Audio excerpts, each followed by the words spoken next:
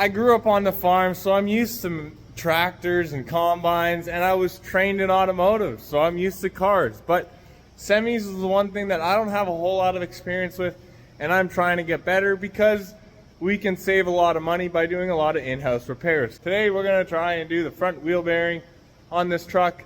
It really shouldn't be a hard job, but we're not tooled up to do trucks. We don't have a 1-inch gun, we don't have big breaker bars, we don't have a great selection of big sockets, so we'll see how it goes. I'm not surprised the 1/2-inch Milwaukee didn't touch it. So we got this crappy old 3/4 breaker bar, cheater bar, and our socket, and we'll try and get these freed up, and then we'll get in there.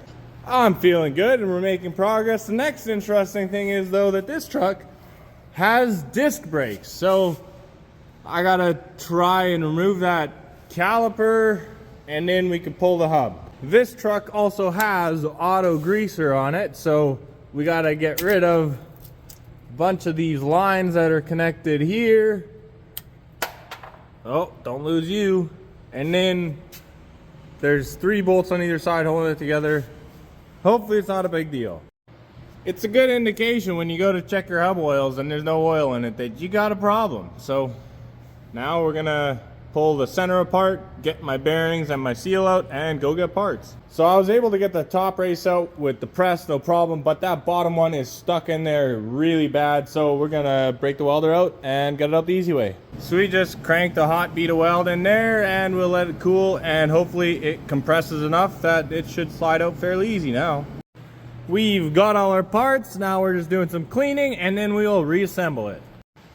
So now everything's been cleaned and reinstalled, and we're gonna start torquing down our wheel bearing. It has an inner sleeve, so we don't have to worry about preload or anything. You just torque that nut to 300, put on your retainers, torque the lock nut to 300, and you're good to go. Now we are installing our locking washer, but if it doesn't line up, they say to back it off until it does, and this ever so slightly does not, so we'll back that nut off. That guy over there is using every last brain cell to try and polish a tire. All right, so we finished it up. It all went well.